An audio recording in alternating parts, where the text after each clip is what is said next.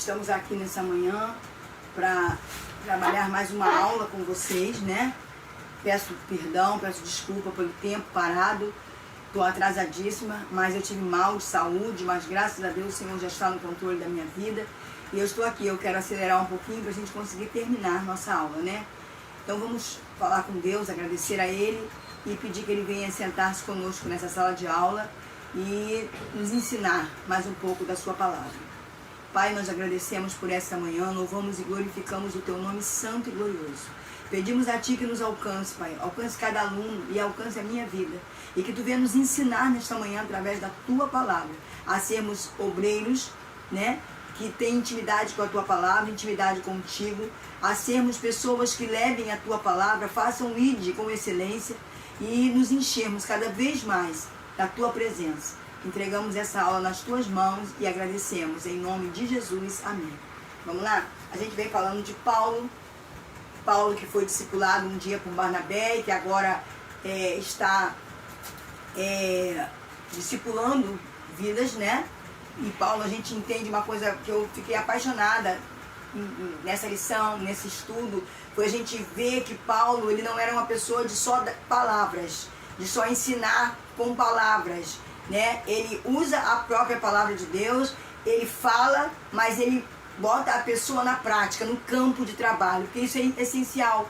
Quem já fez uma faculdade, já cursou, sabe bem disso. Porque você aprende na sala de aula, quando você chega no campo de trabalho, há uma diferença enorme de uma coisa para outra. Não que você não use tudo que você aprendeu, claro que você vai usar. A bagagem vai ser útil para você, mas a experiência, ela é muito mais excelente para o teu viver, para o teu caminhar, para o teu realizar. Isso é muito importante. E Paulo trabalha em cima disso, em vivência.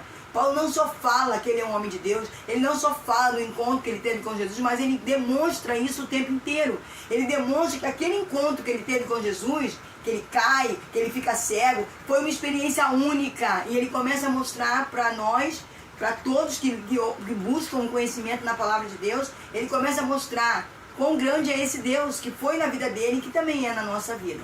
Então, aí nós estamos na fase em que Timóteo já está sendo treinado há muito tempo, desde os 17 anos, ele agora está com 30 e poucos anos, e ele é mandado por Paulo para Éfeso. Ele já tinha sido mandado para ir para Tessalônica, nós vimos isso, ele fez o trabalho, ele realizou a obra como Deus queria, como Deus colocou no coração de Paulo, porque Deus coloca no coração de uma liderança, de um líder, para que esse líder passe para os seus mentoreados. E é isso que acontece aqui com Paulo. Então, o objetivo que Deus tinha em Tessalônica, que era edificar a fé, fortalecer aqueles irmãos que já tinham recebido a palavra, que Paulo já tinha passado por lá, já tinha tido uma experiência, e Timóteo acompanhava Paulo em tudo, ele via tudo, ele estava sempre nos bastidores, vendo as coisas boas e as ruins que aconteciam, e aprendendo, tirando proveito em tudo isso. Então, naquele momento ali, Paulo manda, aí passa, ele tem essa experiência boa, Timóteo tem essa experiência boa, que ele vai para Tessalônica na frente, ele vai com Silas, mas ele vai e fica à frente do trabalho, né? Ele não está ali só para acompanhar, ele está ali também para liderar ali naquele momento. E agora ele recebe uma nova missão, mais maduro, mas ainda muito tímido, ainda muito incerto, assim, não é que ele é incerto, Timóteo tinha uma questão que é até muito boa, que nós devemos até seguir como modelo, que é aquela coisa de não achar que sabe tudo. Não é porque ele tinha 5, 6, 7, 10 anos no ministério acompanhando Paulo que ele sabia de tudo. Não. Ele entendia que ele não era capaz de nada se o Espírito de Deus não estivesse sobre ele dando a direção. E nós também temos que ser assim. Eu posso ter, como eu tenho 40 anos de igreja, você tem 20, tem 30, tem 40, porém nós ainda não sabemos nada. Todos os dias na casa do Senhor é um desafio, todos os dias no ID, na obra do Senhor que a gente faz, no trabalho, em casa, é um desafio. Nós temos sempre que estar aprendendo com Deus e entendendo que nós somos capacitados a cada dia pelo Espírito Santo de Deus. O que também não me manda fazer é um ato de covardia. Não, eu não posso, eu não vou, eu não sei. Isso não. Eu tenho que dizer, eu estou aqui, eis-me aqui. Agora, o Senhor faz a parte dele, que é te capacitar, é me capacitar. Então vamos lá.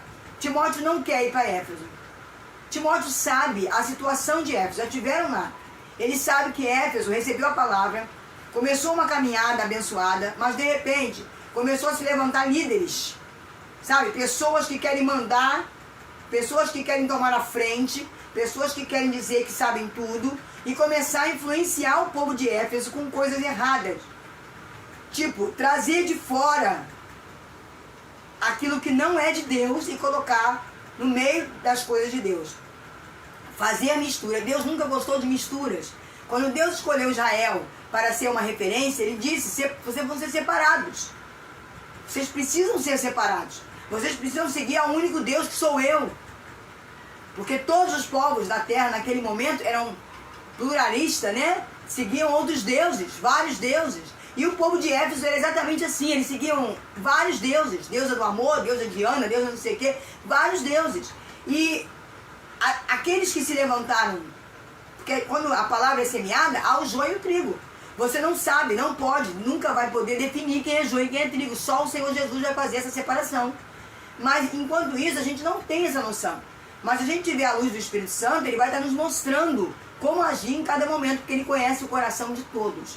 Então, naquele momento, Paulo prega a palavra, a igreja se levanta, mas ao passar do tempo, Paulo não consegue estar voltando lá, e acontece que levantam-se outros líderes, até colocando a liderança de Paulo como se fosse uma dúvida. Será que Paulo é mesmo líder? Será que tudo que ele fala está certo? Mas não é como os crentes de Bereia, que questionavam, que perguntavam. Eles não perguntavam para criticar ou para saber se Paulo era o líder ou não, se Deus tinha colocado ou não. Eles perguntavam para aprender, porque eles tinham fome de conhecer e prosseguir em conhecer. Diferente, é o que as pessoas hoje confundem muito. Os questionamentos de Éfeso eram questionamentos para derrubar a liderança de Paulo. Era o próprio cão usando essas pessoas para dividir a igreja, porque ele sabia que uma igreja dividida, um reino dividido, não prevalece, não persiste. Então, o objetivo que ele tinha era dividir, era acabar com aquilo tudo que Paulo havia, com a semente que Paulo havia plantado. Porque a semente foi plantada, então o Espírito viria dar o crescimento. E aí acontece dessa forma. Então, o povo estava muito disperso, ouvindo A, ouvindo B, ouvindo C. Eu sou de Apolo, eu sou de fulano, eu sou de não sei quem, eu sou de Paulo, eu vou continuar na doutrina que Paulo deixou para nós, a palavra. E assim sucessivamente começou muita confusão.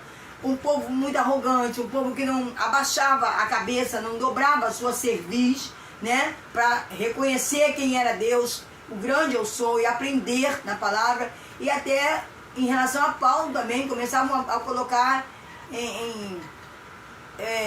me foge a palavra agora, mas começavam a duvidar um pouco da liderança de Paulo naquele lugar. E Paulo manda Timóteo. Por que manda Timóteo? Paulo tem um amor muito grande por Timóteo. Paulo começa a chamar Timóteo de filho.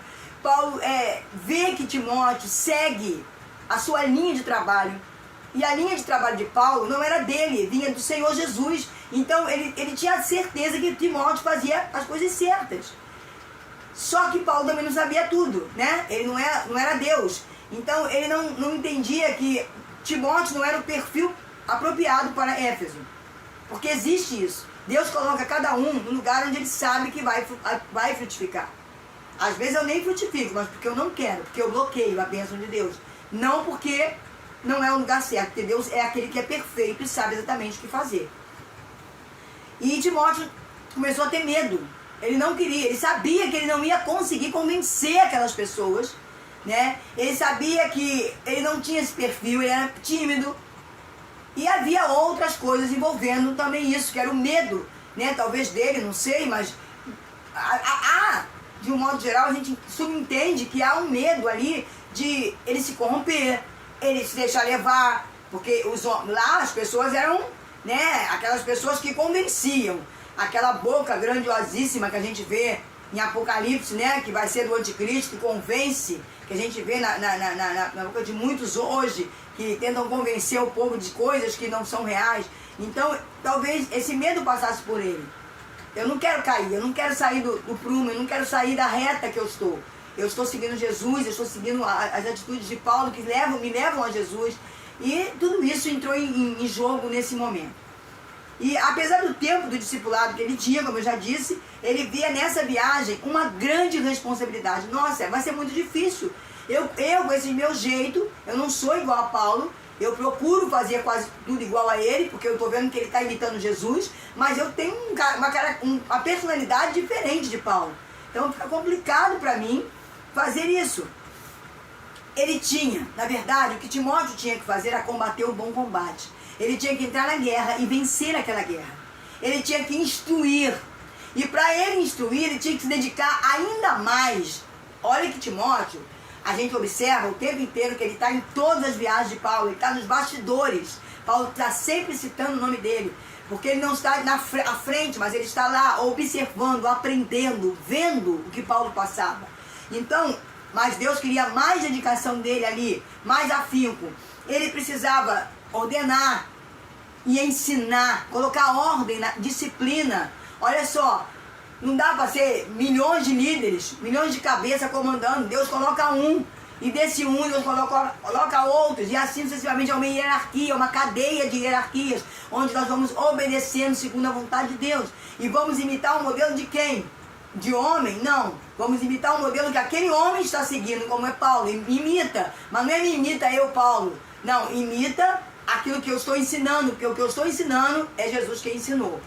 Então, Timóteo tinha que combater o bom combate, instruir, dedicar-se à leitura, ele tinha que ler muito, ele tinha que estudar muito a palavra para poder passar, que a palavra é que convence, é a palavra que transforma as nossas vidas, a palavra de Deus, as escrituras. Então ele tinha que ter um conhecimento, tinha que ser um obreiro aprovado, como ele mesmo diz lá numa das suas cartas. Ser obreiro aprovado. Aprovado por quem? Por homens? Não, por Deus. Conhecedor da verdade, né? E assim ele tinha que exortar. Era necessário na igreja de Éfeso uma exortação forte, uma repreensão, mostrar onde eles estavam errando, corrigir aquelas pessoas e admoestar. Tudo isso era o que ele precisava fazer. Vamos ver aí 2 Timóteo 4, 5. Vamos abrir a nossa Bíblia. 2 Timóteo 4, versículo 5. Diz assim: Tu, no entanto, se equilibrado em tudo, suporta os sofrimentos, faz a obra de um evangelista e cumpre o teu ministério. Ele vai escrever isso depois.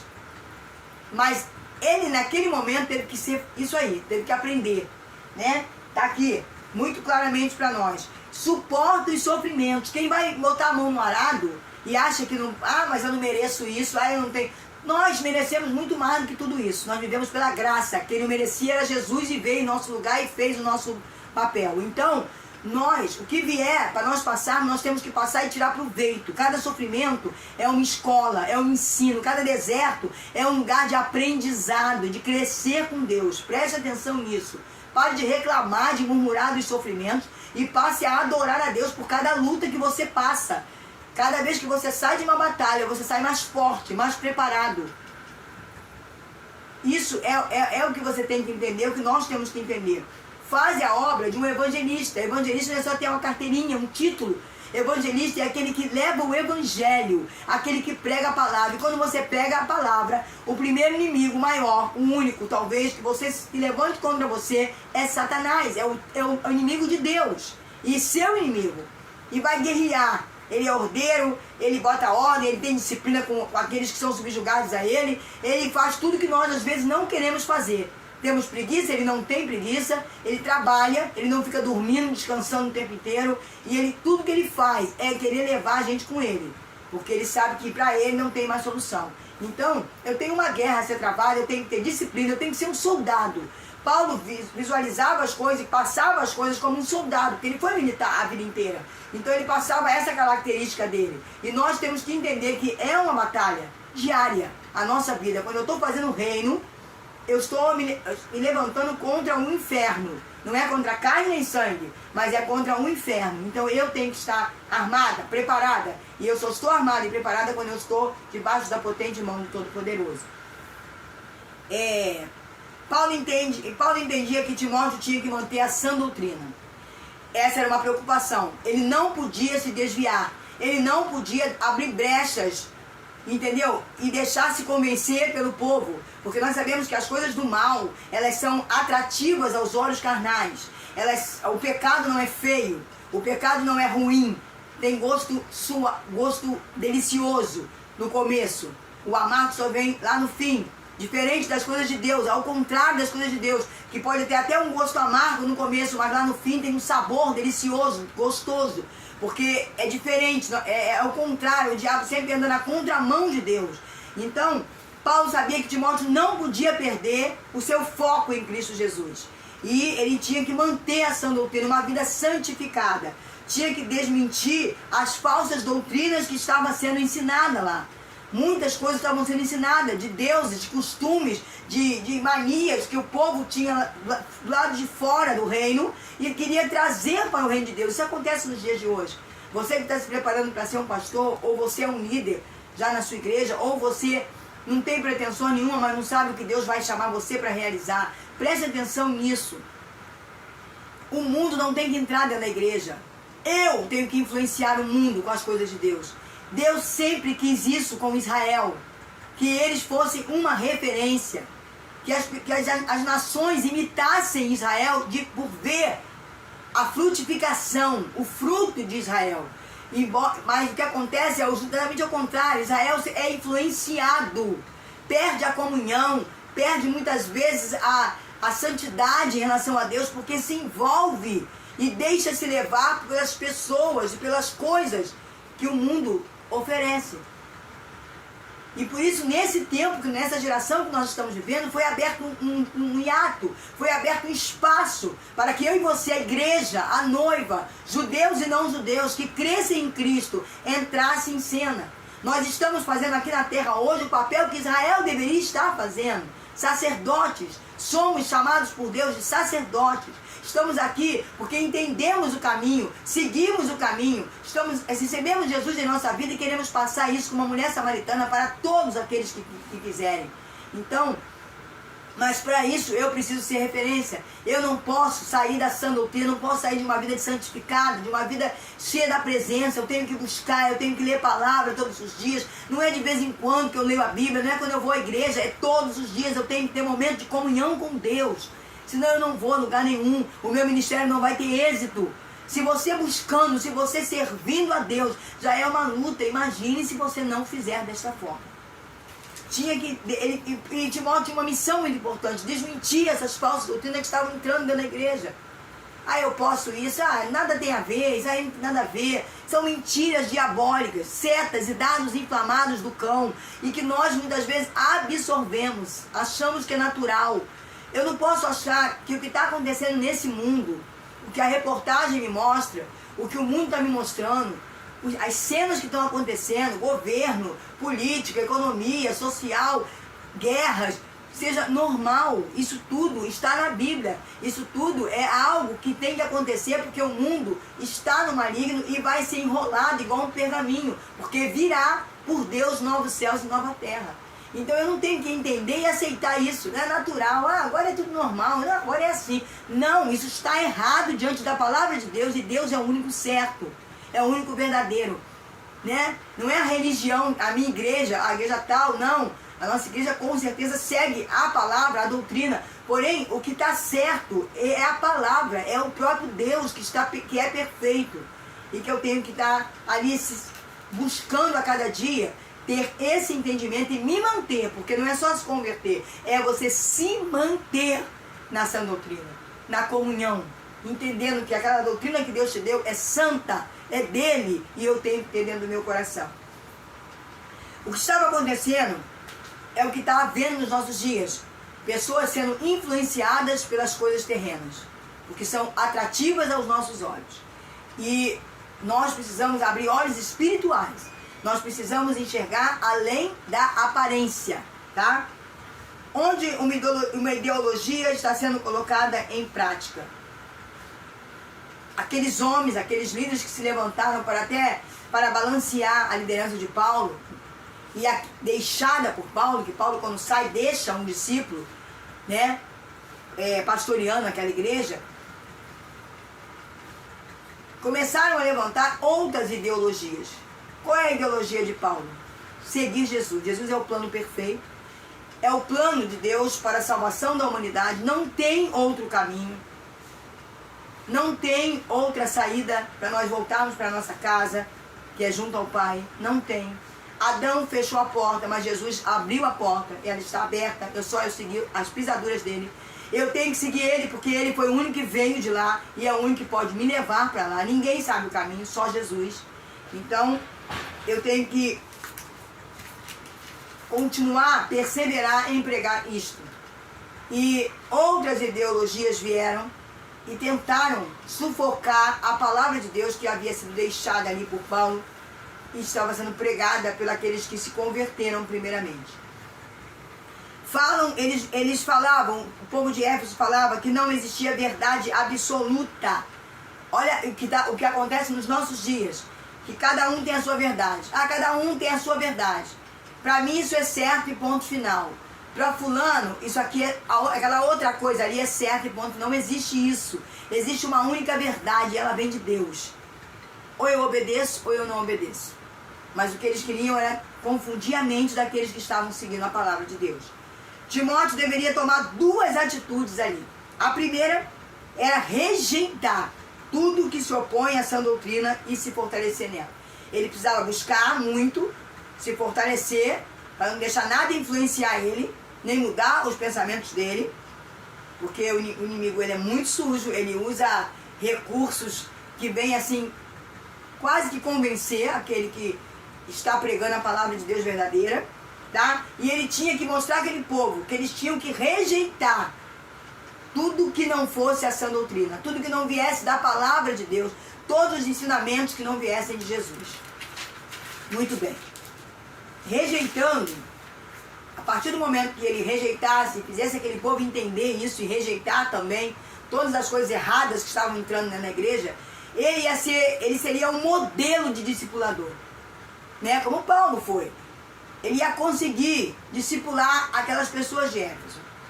E coordenador pastoral, ele ia conseguir coordenar aquela igreja, pastorear aquela igreja, trazer aquela igreja de volta para a palavra de Deus, que inicialmente foi pregada naquele lugar. Ele estaria, se ele alcançasse o objetivo que foi entregue a ele por Paulo e foi entregue a Paulo por Deus, ele estava exercendo ali uma função de episcopado, direção. Ele estaria consagrado ali como um líder que conseguiria administrar aquele lugar. Bom, Timóteo tinha que combater lobos ferozes. Não era qualquer pessoa que estava influenciando a igreja. Não era pessoas que não tinham influência. Você já viu essa influenciador digital? Como é que essas pessoas estão ganhando até de muito dinheiro? Chegam, botam um vídeo e ali aquilo faz sucesso e começa a mandar vídeos e as pessoas começam a imitar aquela pessoa. Exatamente isso que estava acontecendo em Éfeso. Paulo deixa líderes ali que estavam pregando a mesma palavra que ele havia pregado, que era a palavra de Deus. Quando ele sai e passa um tempo sem voltar, outros se levantam. Talvez os lobos vestidos de ovelha se levantam e começam a trazer coisas persuasivas, bonitas aos olhos físicos, atrativas, que não causavam tanto sofrimento, tanta luta como nós temos quando fazemos a vontade de Deus. Temos lutas, né? E começou a ganhar espaço na cabeça daquele povo. E é exatamente isso que Paulo queria combater, que Deus queria que Paulo combatesse, e Paulo manda Timóteo para fazer isso. Abre a sua Bíblia em Atos 20 e 29.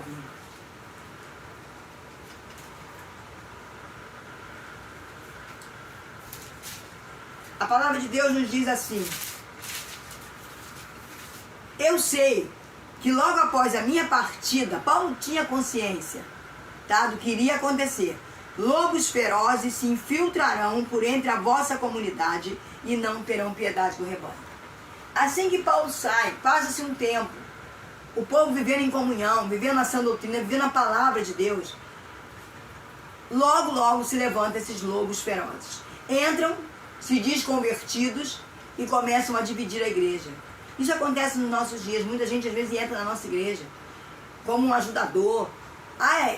É aquela pessoa que pau para toda obra, está ali do teu lado, e daqui a pouco ela te apunhala. e começa a dividir a igreja, começa a levar o povo para um outro caminho, para um outro lugar, que não é o lugar onde Deus preparou para aquele povo estar. Esses lobos ferozes era o problema de Timóteo. Ele tinha que enfrentá-los e combatê-los. Paulo sabia que Timóteo era tímido e que essa tarefa seria muito difícil para ele. Mas Paulo quis investir em Timóteo, quis dar essa experiência para Timóteo. Eu vou dizer para você, foi uma experiência válida na vida de Timóteo. Foi um grande aprendizado para Timóteo. Nós vamos ver o que acontece, se ele fracassa ou se ele tem sucesso. Mas isso não importa. O que importa é que ele aprende. O que importa na sua vida não são os fracassos ou o sucesso. É que você aprenda com cada um, para que você persevere na sã doutrina, na comunhão, na intimidade com Deus e cresça para com mais afinco ainda fazer a obra de Deus. Ele precisa ser estimulado. Timóteo, para ir para lá, ele vai ter que ser muito estimulado para poder cumprir tamanha responsabilidade. Timóteo não está com vontade nenhuma, ele sabe o que o espera, o que o aguarda, e ele não quer ir. Ele vai encarar críticos, ele vai precisar exortar, mesmo enfrentando essas dificuldades, ele vai ter que exortar. Tem gente que não gosta, não quer fazer isso. Quer ensinar e quer que todo mundo aprenda. Mas às vezes tu vai bater de frente com aquele que vai te criticar, com aquele que vai contra o que você está ensinando, e vocês têm que estar preparado. Obreiro que maneja bem a palavra. Vai ter que conhecer na intimidade do Senhor Jesus para que você possa estar combatendo as heresias, as falsas doutrinas, os falsos ensinamentos. O trabalho que Timóteo tinha que executar era, a gente vê aí no versículo 3, ordenar a certas pessoas. Ele tinha que chamar pessoas específicas e colocar ordens, botar ordem, falar, dar missões específicas para aquelas pessoas. E nós vemos também aí no mesmo contexto, alguns que se desviaram, alguns que já não estavam mais firmados na sã doutrina, na palavra de Deus que Paulo havia pregado ali. Ele tinha que tentar trazer de volta. Para liderar os cristãos em Éfeso, ele teria que combater falsas doutrinas. Vamos repetir. Ele teria que combater falsas doutrinas.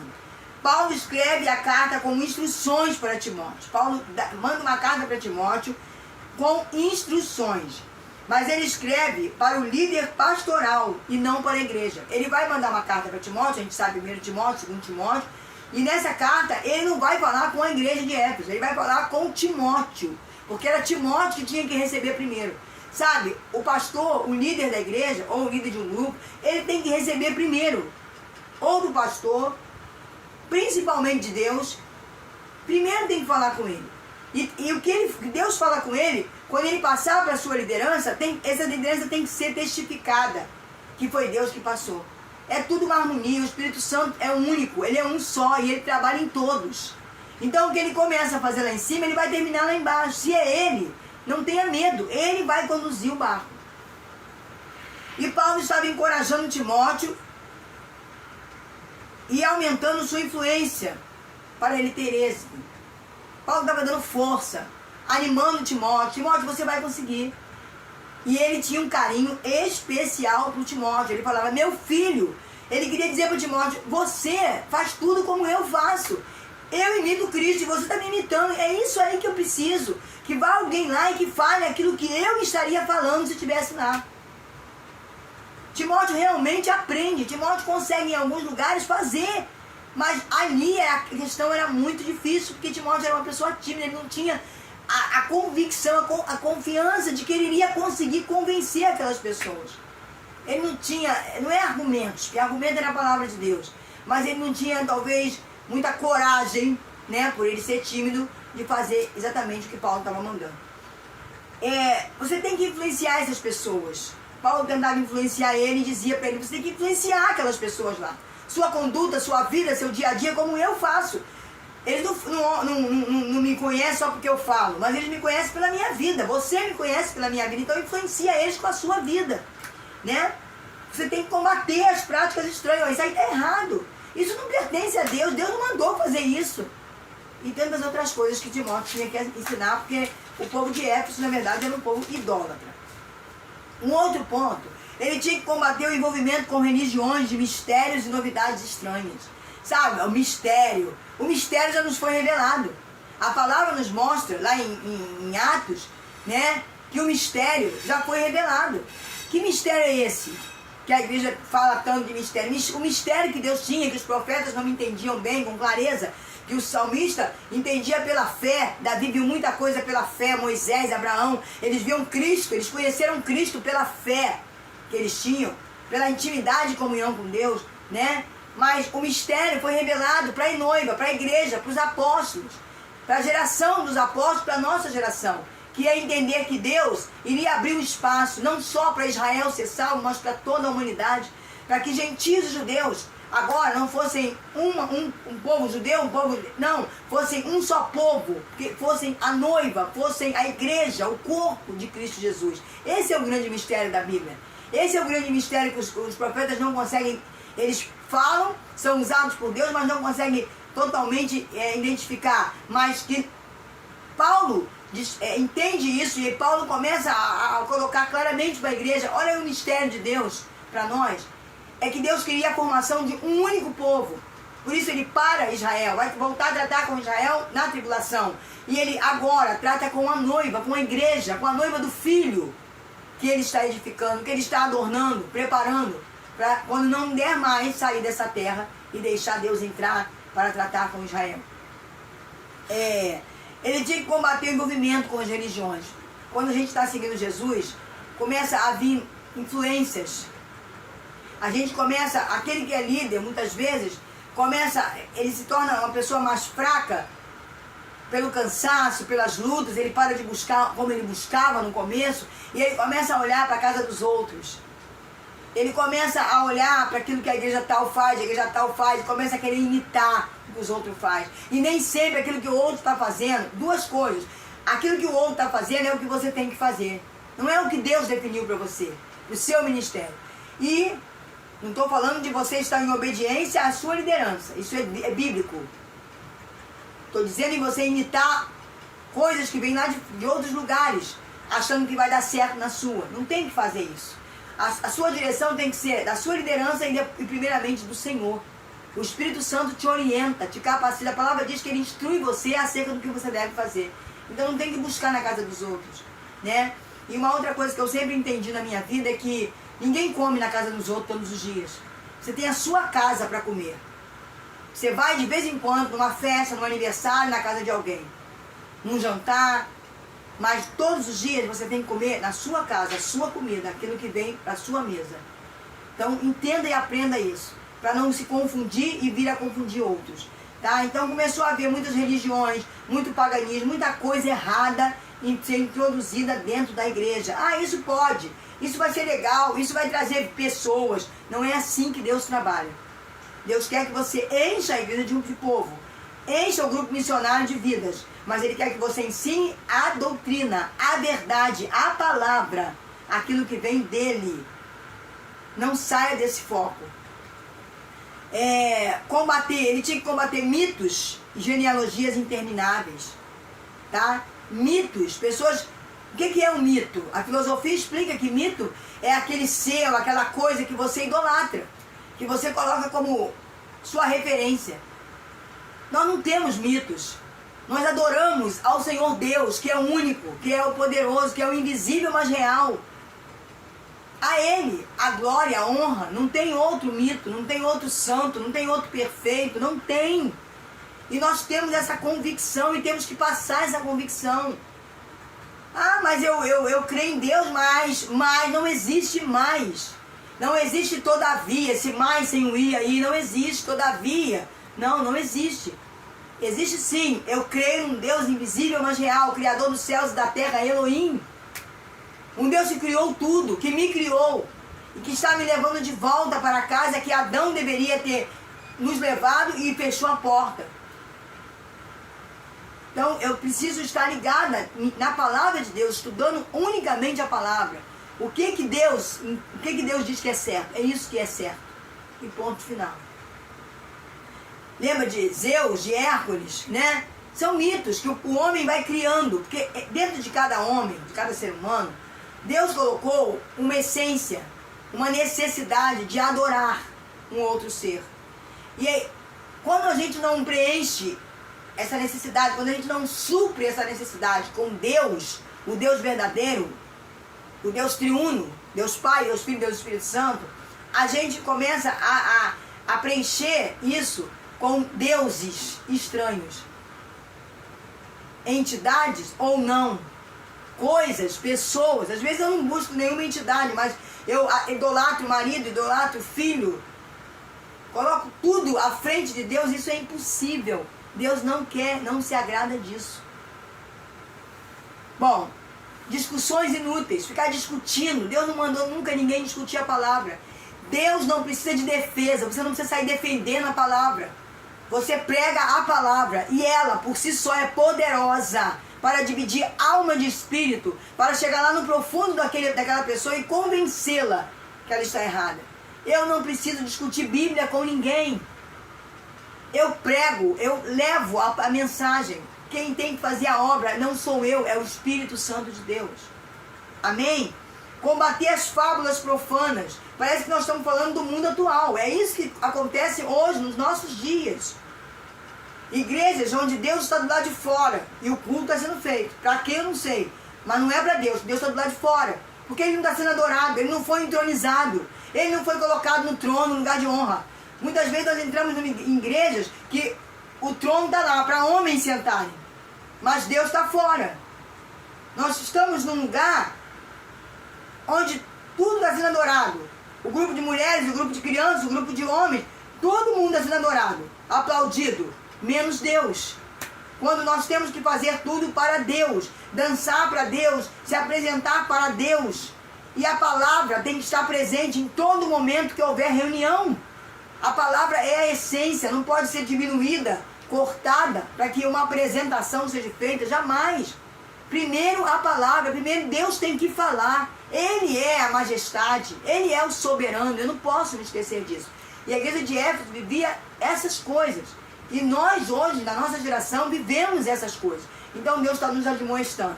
Deus está chamando a nossa atenção, assim como Deus usou Paulo para chamar a atenção de Timóteo e da igreja de Éfeso. Todo falso ensino gera especulação. Há discussões, há controvérsias, há críticas, há tudo. E começa a haver divisão, confusão. Começa a fazer grupinhos. Isso não é de Deus. Não é de Deus. Deus trabalha em unidade, todos ouvindo uma única voz. Há um só Deus, um só batismo e um só Espírito. Essas discussões, essas fábulas profanas, mentiras, histórias contadas, não promove a fé, porque o que promove fé é a palavra. Você já leu e sabe disso. A fé vem pelo ouvir a palavra de Deus. Aí a tua fé vai ser certeira naquilo que realmente tem que ser. Muita gente tem fé em muitas coisas, mas eu tenho que ter fé em Deus, aquele que pode, aquele que realiza todas as coisas. Paulo chama atenção ao caráter dessas pessoas irrelevantes. Pessoas que uma hora aceita aqui, daqui a pouco já mudou de ideia. Pessoas influenciáveis, mas que acabam por influenciar e atrapalhar o reino de Deus. Tá? Timóteo não teria apenas que ensinar e defender a ortodoxia, mas mostrar uma fé genuína. Não era só as pessoas crerem na sã doutrina, na palavra, que é a ortodoxia, você seguir uma doutrina bíblica. Não, não era só isso que era suficiente. Mas Éfeso tinha que voltar a ter uma fé genuína no Deus vivo, no primeiro, naquele que os ensinou o caminho da salvação. Tirando assim essas pessoas, essas novidades estranhas, confusas, e eles voltassem a ter um coração puro, uma boa consciência e uma fé sincera. Temos que voltar ao primeiro amor, temos que voltar à nossa origem. O que Deus quer de nós? Qual é a nossa missão? Qual é o plano dele na terra? Eu preciso conhecer essas verdades bíblicas e essenciais para continuar ensinando a palavra. Eu não tenho que criar novidades para ensinar a palavra de Deus. Eu tenho que viver a palavra e Ele me instruirá em como tratar com cada situação e com cada pessoa. Ortodoxia, como eu já disse, vem do grego, ortodoxos, e é uma qualidade de uma declaração doutrinária que se acha de acordo com o ensino revelado no Antigo ou no Novo Testamento.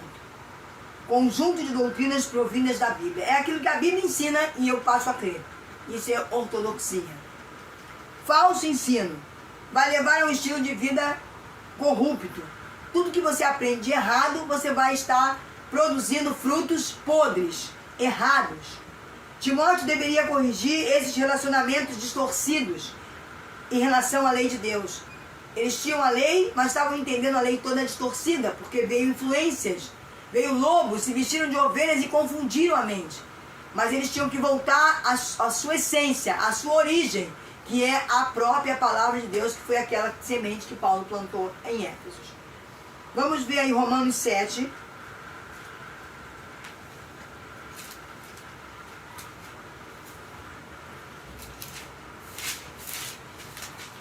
Romanos 7, 12 e 13 diz o seguinte: de maneira que a lei é santa, e o mandamento é santo, justo e bom. Portanto, isso significa que o que era bom tornou-se morte para mim? Ele faz uma pergunta. Portanto, isso significa que o que era bom tornou-se morte para mim? De forma alguma. Mas o pecado, aquilo que eu fazia de errado, que eu faço de errado, para que se revelasse como pecado. Eu tenho que entender, eu tenho que ver, as pessoas têm que ver que aquilo que é pecado, aquilo que é contrário à vontade de Deus, precisa vir para fora. Eu preciso saber que eu faço isso de errado e tenho que me livrar disso. Vamos ver de novo. Mas o pecado, para que se revelasse como pecado, produziu em mim a morte, por intermédio do que era bom. A fim de que, por meio do mandamento, o pecado se demonstrasse expressamente maligno. Só posso saber se é errado se eu tiver o certo para me mostrar que aquilo é errado. Certo? Então a lei era para isso. Para a gente olhar para a lei e entender o que estava errado em mim. O que eu não estava cumprindo da lei está errado, é pecado. Aí eu sei o que é pecado, reconheço o que eu estou fazendo e peço a Deus ajuda para me livrar daquilo. Então eu vou morrer para a minha própria vontade, para a minha carne, para esse mundo. E quando eu vou nascer de novo para Cristo Jesus, para seguir a lei, os seus mandamentos. Vou seguir a lei de Moisés, a lei que Deus deu a Moisés. Não, essa lei já foi cumprida totalmente por Jesus Cristo. Eu agora tenho que seguir o que Jesus me manda fazer. Ele não vai sair distorcendo o que Deus fez, a lei. Não, ele já cumpriu e ele vai nos fazer, vai nos ajudar a cumprir através dele. Porque só ele foi capaz de cumprir, nenhum de nós cumprimos e cumpriríamos. Amém? Então, é necessário que exista a lei, que existisse a lei, por isso que Deus deu a lei. Ele sabia que o povo não ia cumprir, mas ele foi necessário para que o povo conseguisse enxergar os seus próprios erros. Porque senão, se eu não tenho a lei, eu não sei o que é certo e o que é errado. Eu faço isso, acho gostoso, tá bom, tá ótimo. Então, eu só descubro o meu pecado quando eu olho para Cristo. Por isso que o tabernáculo, quando ele é montado, a primeira coisa que Deus manda colocar é a pia de bronze. Uma pia que parece um espelho, ela reluz. Porque o sacerdote, quando entrava ali, ele olhava para aquela pia, ele se via de dentro para fora. A pia é Jesus. Todas as peças do tabernáculo representam Jesus, é tipo de Cristo. Então, a pia é Jesus. É onde eu olho hoje, onde eu me lavo hoje, onde eu olho e enxergo quem eu sou. Eu só posso enxergar os meus pecados se eu olhar para Cristo, que é perfeito. Aí eu vou ver, não, tudo que eu estou fazendo aqui está errado, está desconforme com o que ele é. Então eu estou errado, estou em pecado. Então eu estou entendendo isso, eu quero me lavar nas águas, quero me lavar nas suas águas, quero ser coberta pelo seu sangue. Aí ele manda o perdão, eu sou limpa, purificada e começo a adentrar no tabernáculo até chegar no Santo dos Santos. Entendeu? Vamos lá. Os falsos mestres, eles usavam a lei de forma errada. Eles conheciam a lei, igual no tempo de Jesus, tá? Aqueles Caifás, Anás, que estavam ali, eles sabiam que ele era o Messias, eles conheciam a Torá, eles sabiam todas as profecias que haviam sido feitas em relação a ele e que ele estava cumprindo todas as profecias. Entendeu? Eles sabiam de tudo isso. O porém da história, presta atenção, o porém da história é que eles pegavam e faziam ao seu bel prazer, ensinavam de forma distorcida. No tempo de Jesus, eles não quiseram reconhecer Jesus como Messias, porque Jesus veio de uma forma muito humilde, muito simples. E eles já estavam aliados a Roma, coisa que Deus não mandou fazer. O sacerdócio de Israel estava aliado a Roma, ligado a Roma, querendo continuar na pompa, no ouro, no luxo, no poder. Então, eles sabiam que se comprasse uma guerra com Roma, Deus ia dar vitória, mas uma vitória espiritual. E eles não queriam isso, eles queriam continuar no bel prazer da terra. Então, o que eles fizeram? Negaram que Jesus era o Messias. Não que eles não soubessem, mas eles negaram que era o Messias. E o povo não tinha acesso à lei, era através deles que o povo conhecia, e iam na onda deles, até o ponto de dizer, crucificam. Isso foi o que aconteceu. Isso que acontecia aqui na igreja de Éfeso. E sempre acontece em todos os tempos. Eles queriam ser líderes. Na verdade, haviam ali aqueles falsos mestres que se levantaram, os lobos vestidos de ovelha, querendo liderança, querendo ser mestre. Quando uma pessoa quer um título, deseja um título, no modo errado, tá? A gente percebe que não é uma coisa de Deus. Não pode ser. Porque Deus chama, Deus convida você a ser um líder. E você deseja isso por amor a Deus, a obra, a vidas. E você se coloca na posição e Deus vai trabalhando em você. Essa é a verdade. Mas aquela pessoa que quer, que pisa nos outros, que puxa o tapete de um de outro para conseguir alguma coisa, ele não vai chegar a lugar nenhum. Ele é um falso mestre. Ele vai ensinar coisas falsas para aquele que estiver dando ouvido a ele. Fábulas e genealogias. Vamos ver Tito 1,14. O que ele nos diz aí sobre fábula? Tito 1,14.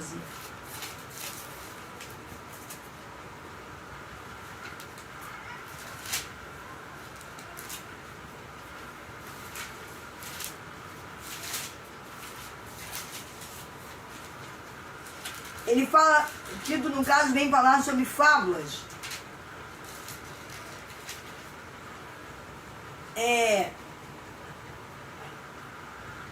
Que é usada, Tito 1,14 vai falar sobre a fábula judaica. Uma fábula, uma história contada que é usada por Israel. E esses assuntos vinham criar discussões e contradiziam o ensinado da palavra. Porque não eram verdades, eram mentiras inseridas ali dentro, que estavam atrapalhando e abafando a verdade genuína, a palavra. Esse é um dos motivos maiores porque Deus usa Paulo e Paulo manda Timóteo àquele lugar, para que Paulo desminta essas mentiras.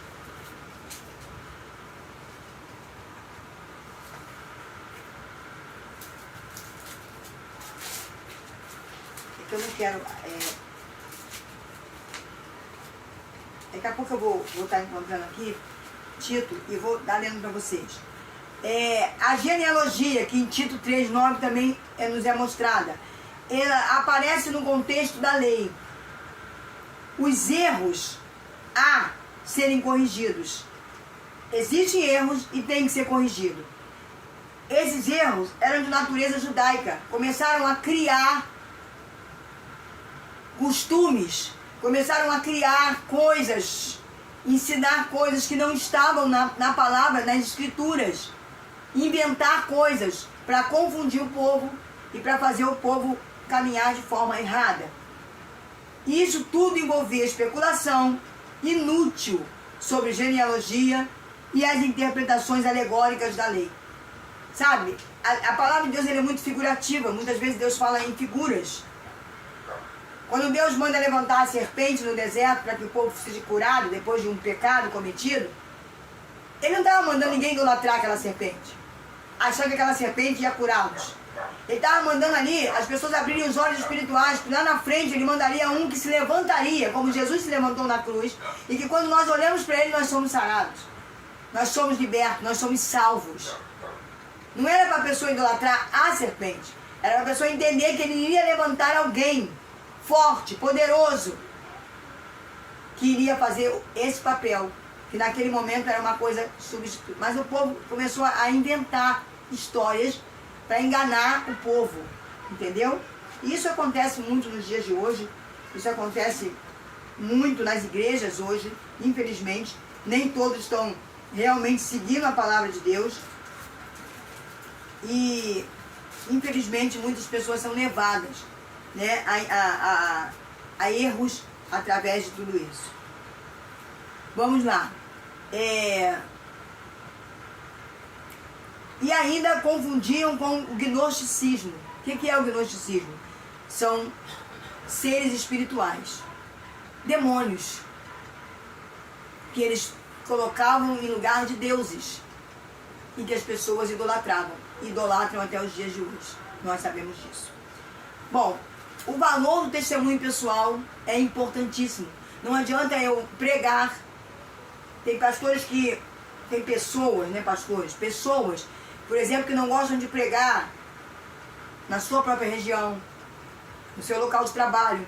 Há talvez pastores que não gostam de pastorear igrejas perto das suas casas, porque a gente fica muito vulnerável, a gente fica muito aberto para todo mundo saber da nossa vida, nossos defeitos, nossos erros, do nosso dia a dia, conhece a nossa história.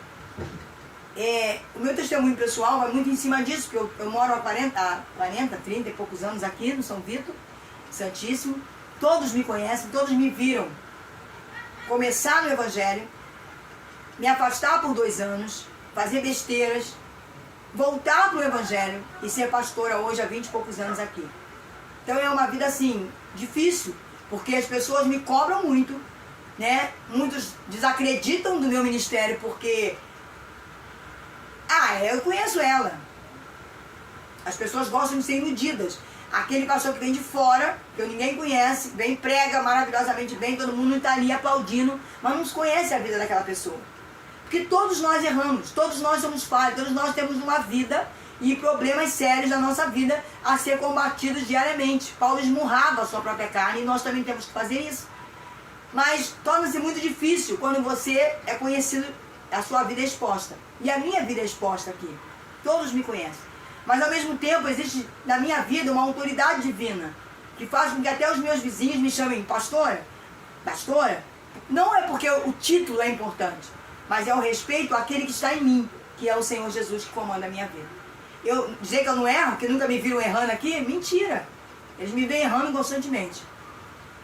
Já me viram fracassar com a igreja e me levantar de novo. Mas o que é mais importante é que eu dê um testemunho de que eu vou prosseguir, me esmurrando e buscando a sã doutrina, a origem, a palavra e continuando de pé. Isso, eu tenho esse testemunho dentro desse bairro. Paulo acha esse testemunho pessoal importantíssimo. Todos conheciam Paulo, sabiam de onde ele veio, sabiam das suas falhas e sabiam o que ele tinha se tornado nas mãos de Deus. Tá? E Paulo quer lhe mostrar, passa a mostrar às pessoas um Deus grandioso e misericordioso que libertou a vida dele. Eu tenho que ter esse testemunho. Se Deus fez na minha, se Deus me tirou do poço muitas vezes, Ele vai tirar você também. Paulo tinha esse testemunho. Ele não omitia o que ele foi, a história dele. Não, ao contrário. Ele mostrava quem ele realmente era. E o que Deus havia feito na vida dele, como Deus havia transformado ele. Então, qual é o objetivo disso? Pregar o Evangelho e fazer uso da lei. Vamos ver os exemplos. O chamado de Paulo é algo que está dentro da palavra, para nós como exemplo, tá? É a pregação do Evangelho, é a pregação da palavra, porque é exatamente o que Jesus faz com aquele que ele conhece o som do coração. Não importa onde você esteja, Paulo matava os cristãos. Deus tira ele, resgata ele, limpa ele, cura ele, transforma ele em homem de Deus. Morre pelo Evangelho. E nos versículos, a palavra pessoal de Timóteo, vamos ver aqui, além do chamado de Paulo, 5 confissões fiéis. É que eu tentei fazer um resumo, então às vezes a gente fica meio... Eu vou voltar aqui um pouco para a revista.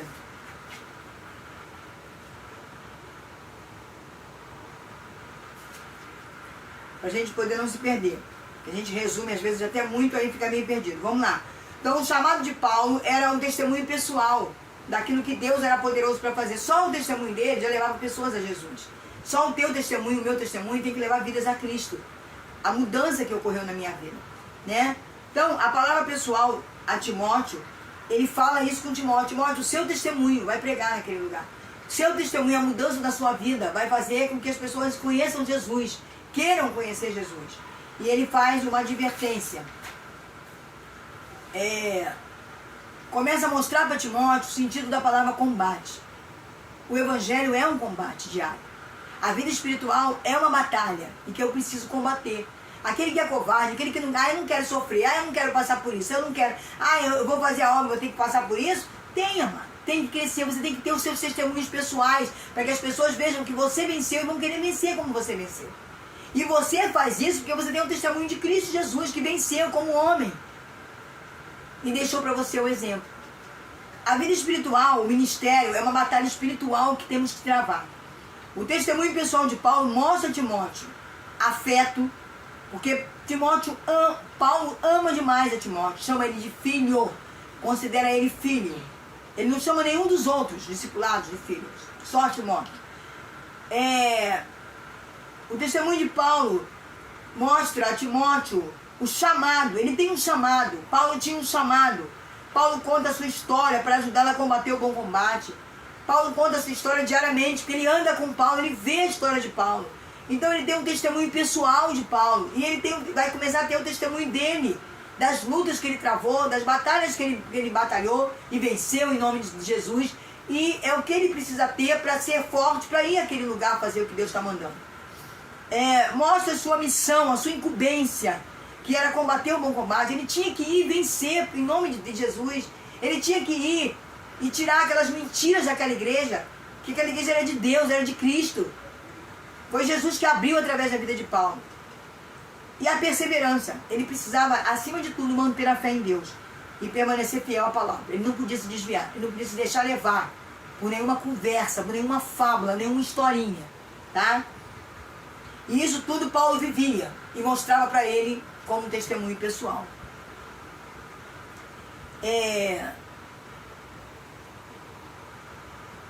Tenho que crer e viver a palavra de Deus. Eu não posso só pregar a palavra para os outros, ensinar aos outros o que é certo.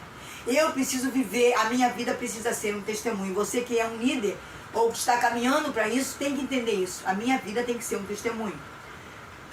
Paulo mostra a Timóteo que não é mérito próprio.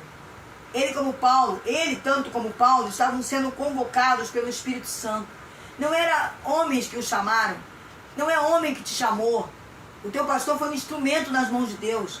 O teu líder, o teu mentor foi um instrumento nas mãos de Deus. Mas quem te chama é o Espírito Santo. Todos nós estamos sendo convocados para fazer uma obra, que é a obra de Deus.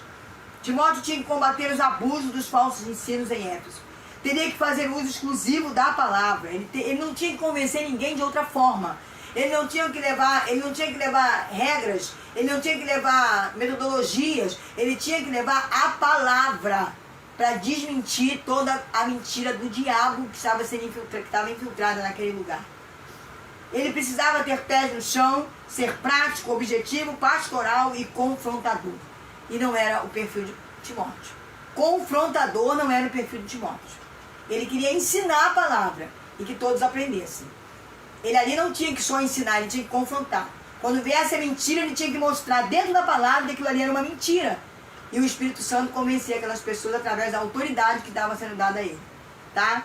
Ele tinha que ser objetivo, não tinha que vir com muitas conversas, muitas coisinhas, porque tinha muitas coisinhas sendo infiltradas. Ele tinha que chegar com a palavra. Então, ali não era um lugar de trazer muitas metodologias, ali era um lugar de trazer a palavra para a libertação daquele povo.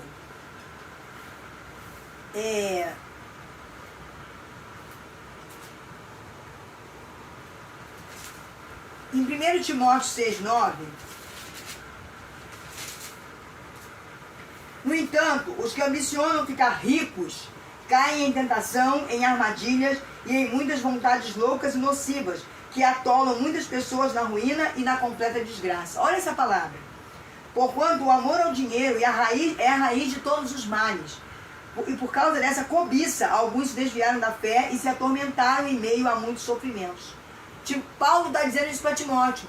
Cuidado para não se deixar levar. Corrupção, bandejas, banquetes que vão ser oferecidos. Vai lá para Daniel, 17 anos, jovem, adolescente.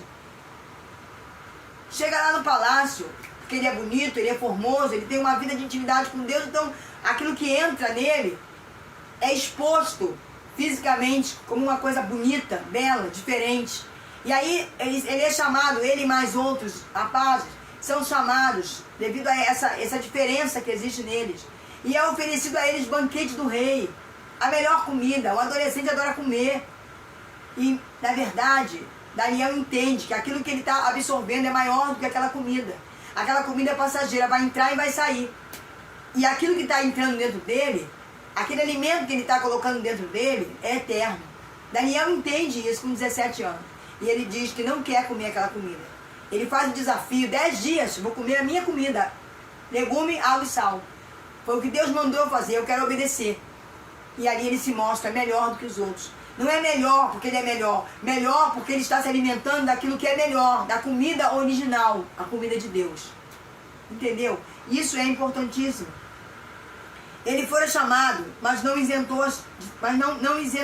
foi isento de fraquezas e vulnerabilidade. Timóteo podia cair lá. Timóteo podia regredir. Timóteo podia ser levado. Aqui Paulo fala de dinheiro, porque o dinheiro e poder são as coisas que mais corrompem um homem. Muitos pastores entram na política com o coração sincero, desejando fazer coisas boas, chega lá e se corrompe. Muitas pessoas entram em áreas de trabalho, são corrompidas para não perder emprego, para ficar com medo de não ter como sustentar sua família. Isso é falta de fé em Deus. Porque eu posso perder tudo, o que eu não posso perder é a presença dele. É o poder dele sobre a minha vida, porque o Deus que abre porta, fecha a porta. Mas ele também abre novas portas. Entendeu? Então, é muito difícil você viver nesse mundo e não se corromper. E não aceitar subornos. Mas existem homens de Deus e mulheres de Deus ainda na face da terra. E existiam também, como Paulo e como muitos outros. E Paulo tinha essa preocupação com Timóteo. Você vai, mas você não pode se corromper. Você não pode se deixar levar pelas mentiras do cão naquele lugar. Tá? A gente está terminando, já estou ultrapassando aí o horário, mas eu preciso terminar essas aulas. E vamos fechar aqui dizendo isso. Por isso, para permanecer fiel à palavra e perseverança na fé, nós entendemos algumas coisas. Vamos ver o que nós entendemos. Tudo isso está na sua apostila, tá? Temos um chamado claro. Quem nos chama é o Senhor, o Deus Todo-Poderoso, tá? Fazemos com excelência o que vier às nossas mãos, sejam coisas pequenas ou grandes. Eu não tenho que ficar esperando Deus me mandar fazer coisas grandes. Eu tenho que fazer o que vier nas minhas mãos, como Timóteo sempre fez, desde lá. Lembra do comecinho, quando ele estava naquela cidade de Listra, né, Derbe, que ele começou a obra, ele fazia de tudo na igreja. Isso chamou a atenção de Paulo, porque isso chamou a atenção do Deus Todo-Poderoso. Eu não tenho que escolher o que eu quero fazer. Eu quero ser pastor, eu quero ser líder. Não, eu tenho que fazer o que vem às minhas mãos. Se o que vier às minhas mãos hoje é ficar na portaria, olha para Obed-Edom, a glória de Deus encheu a vida deste homem. E ele era um porteiro. É bênção de Deus estar na portaria. Ah, mas eu só fui convidado para limpar a igreja. Aleluia! Quando você está limpando a casa do Senhor, coisas gloriosas estão sendo feitas na tua casa, na tua vida. Há uma limpeza espiritual sendo travada, sendo tratada, tirando as impurezas, os pecados. Isso é bênção. Faça o que vier nas tuas mãos com excelência. Para que você, Deus, chame você para coisas maiores. Tem que ser fiel no pouco, né? Não se prenda aos fracassos do passado. Nós vamos ver nessa lição o que aconteceu com Timóteo. Será que ele teve êxito? Será que ele conseguiu? Nós vamos ver isso, tá? Mas, em momento algum, você que já fracassou em algum momento, como eu já fracassei várias vezes, principalmente aqui na igreja, tá? Já quase perdi igreja, muitas coisas já aconteceram, mas eu não quero olhar para trás. Eu estou hoje vivendo o hoje. Eu estou junto com a minha liderança, vivendo o que Deus está mandando eu fazer agora. Ganhar almas. E é isso que eu quero fazer, é isso que eu vou fazer. O passado é só a experiência que ficou, para não errar de novo, nos mesmos pontos. É isso que eu preciso do passado só para isso, tá? Mas fica para trás. Eu vou avançar para alcançar o alvo que é Jesus Cristo. Nosso ponto forte é a nossa fidelidade. Eu preciso ser fiel a Deus. Se eu sou fiel a Deus, eu consigo ser fiel à minha liderança, eu consigo ser fiel à palavra, eu consigo ser fiel a tudo. A minha igreja. Fidelidade é algo importantíssimo para Deus. Deus não quer ninguém traidor, não quer ninguém que se venda. Ele quer pessoas que sejam fiéis. Passe o que passar, aconteça o que acontecer, eu sou fiel a Deus. Deus me plantou aqui, aqui eu vou ficar para fazer a obra de Deus. Ah, mas eu consegui algo maior para ser utilizado aonde Ele me plantou. Só sair daqui se Ele me mandar. E isso de forma bem clara, Ele me conhece, sabe disso. Então, o meu ponto forte e o seu ponto forte precisa ser a sua fidelidade a Deus. Deus sempre colocará diante de nós desafios. Nunca estamos prontos para tudo. Não pense que você vai, como Timóteo, depois de tantos anos, foi mandado para algum lugar e... Oh, meu Deus! Não. Ele estava pronto. Não estava. Nós vamos ver isso. Não estava. E nós também muitas vezes não estamos. Deus sempre vai colocar desafios novos. E eu sempre vou precisar da ajuda do Espírito Santo. Tá? Eu quero pedir ao Senhor que abençoe você poderosamente nesse dia. Que encha você com a sua graça, com o seu amor.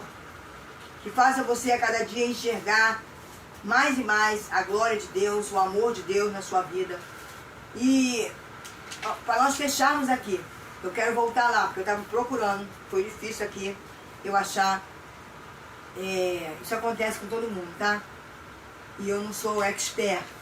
Eu conheço bem a palavra, mas eu entendo que eu conheço ainda muito pouco diante de tudo que eu tenho que conhecer. Eu quero voltar só para ler para vocês, Tito 1,14, que é o versículo que fala das fábulas.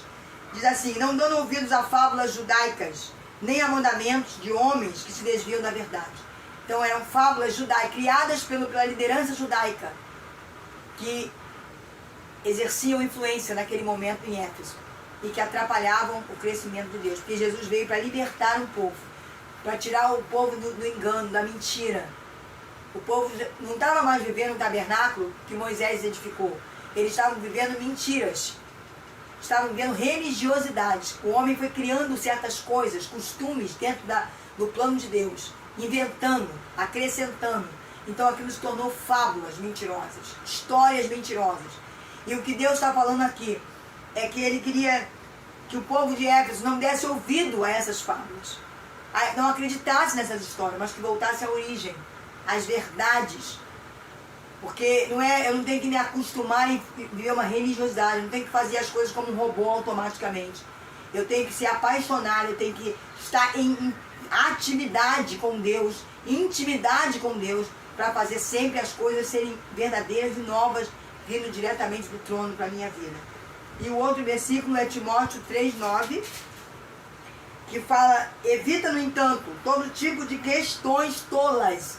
Pare de discutir Bíblia. Convencer pessoas, você nunca vai fazer isso. Quem convence é o Espírito Santo.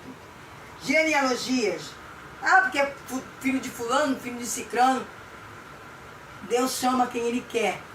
Começa a história de onde Ele quer. Ele é Deus, Ele é soberano e Ele é perfeito. Discórdias, discussões inúteis a respeito da lei, porquanto essas contendas são vazias e sem valor. Eu não quero que você discuta a lei. A lei está aí só para te mostrar que você é um pecador, que você é incapaz de cumprir. Mas tem uma boa notícia para você: Jesus cumpriu ela para você. Mostre isso para os outros. Ele já cumpriu. Agora você erra, pede perdão, reconhece, se arrepende verdadeiramente. Não é para mim não, não é para o seu pastor não, é para Deus, porque Ele conhece o som do coração. E Ele vai te perdoar e vai te levantar para uma nova história, que vai te levar para a Nova Jerusalém. Amém? Deus abençoe. Desculpa aí o tempo extensivo da aula, mas eu tenho que correr.